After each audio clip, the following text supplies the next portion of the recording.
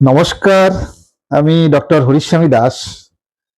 আজ আপনাদের সঙ্গে কথা বলবো নীরবতার শক্তি নিয়ে। নীরবতার শক্তি কেমন এবং সাফল্যের চূড়ায় পৌঁছাতে গেলে কি কারণে নীরবতা ভীষণ জরুরি, তা নিয়েই আজকে আমার আলোচনা। সঙ্গে থাকুন শেষ পর্যন্ত। মানুষের একটি অদ্ভুত রোগ আছে, কোনো কাজ শুরু করার আগেই তার ঢাকঢোল পিটিয়ে প্রচার করা। আমরা সস্তায় মানুষের বাহবা পেতে ভীষণ ভালোবাসি, কিন্তু মনে রাখবেন, যে মেঘ যদি যত বেশি গর্জন করে সে মেঘে বৃষ্টি তত কম হয়, যত গর্জায় তত বর্ষায় না। আপনি কি করতে চান, আপনার স্বপ্ন কি, আপনার পরবর্তী পদক্ষেপ কি, তা আপনার নিজের ছায়াটিকেও জানতে দেবেন না। কারণ যখন আপনি আপনার লক্ষ্য প্রকাশ করে দেন, তখন আপনার মস্তিষ্কে এক ধরনের তৃপ্তি পায়, আপনার ভেতরের জেদটা মরে যায়। তাই আজ থেকে একটা শপথ নিন, নিজেকে আড়াল করুন, হারিয়ে যান দুনিয়ার চোখ থেকে। সবাই যখন ঘুমাচ্ছে আপনি তখন জাগুন, সবাই যখন উৎসব করছে আপনি তখন নিজের খামতিগুলো পূরণ করুন।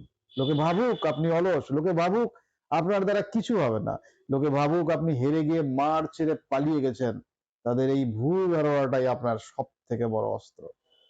মনে রাখবেন, সিংহ যখন শিকার করে তখন সে গর্জন করে না, সে নিঃশব্দে শিকারের দিকে এগিয়ে যায়।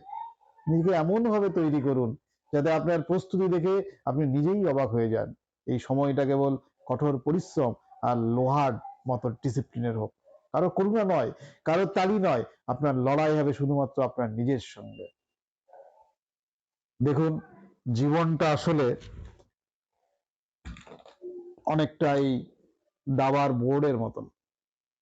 আপনি সেই বোর্ডের একজন খেলোয়াড়, একজন আনাড়ি খেলোয়াড় প্রতিটি চাল দেওয়ার সময় চিৎকার করে বিশ্বকে জানায় সে কি করতে চলেছে।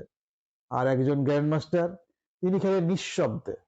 তিনি তার ঘোড়া, নৌকা বা মন্ত্রীকে এমন ভাবে সাজান যে বিপক্ষ দল টেরই পায় না তার উপর কখন বিপদ ঘনিয়ে আসছে। তিনি চাল দেন মনে মনে আর ঘুঁটি সরান নিপুণ হাতে। বিপক্ষ দল যখন ভাবছে তারা জিতে গেছে, ঠিক তখনই ঘনিয়ে আসে তাদের কাছে প্রলয়। তো সারা জীবন মুখ বুজে কাজ করে যান, নিঃশব্দে ঘরের কোণে নিজের সিস্টেম মেনে। আপনার ঘাম আর রক্ত দিয়ে নিজের সাম্রাজ্য গড়ুন। ততক্ষণ পর্যন্ত একটাও শব্দ করবেন না যতক্ষণ পর্যন্ত আপনি আপনার লক্ষ্যে পৌঁছাচ্ছেন। আর যেদিন আপনি আপনার কাঙ্ক্ষিত জয় পাবেন, সেদিন সারা বিশ্বকে চিৎকার করে জানানোর দরকার নেই, সেদিন শুধু শান্তভাবে আপনার শেষ চালটি দেবেন। চেকমেট। মেট, সেদিন শুধু চেকমেট করবেন, চেকমেট করবেন। এ রাজা, তুমি চেকমেট হয়েছ। আপনার সাফল্য, আপনার সাফল্যের চূড়ায় যেদিন পৌঁছাবেন সেই দিন আপনি থামবেন। তার আগে আপনার থামার কোনো গল্প নেই। আপনি আপনার সিস্টেমকে ফলো করে নিরলস ভাবে এগিয়ে চলবেন। কারণ মনে রাখবেন, দাবা খেলাতেও চেকমেট কিন্তু একবারই হয়। যিনি জেতেন তিনি শেষবার শুধু বলেন চেকমেট। আপনার সাফল্য, আপনার সাফল্যের যেখানে পৌঁছাতে চাইছেন সেইখানে পৌঁছে তবেই আপনি কথা বলবেন। আপনার কথা, আপনার যে পৌঁছানো, আপনার লক্ষ্যে পৌঁছানো, সেটাই সেদিন আপনার হয়ে কথা বলবে। ধন্যবাদ সকলে, ভালো থাকবেন।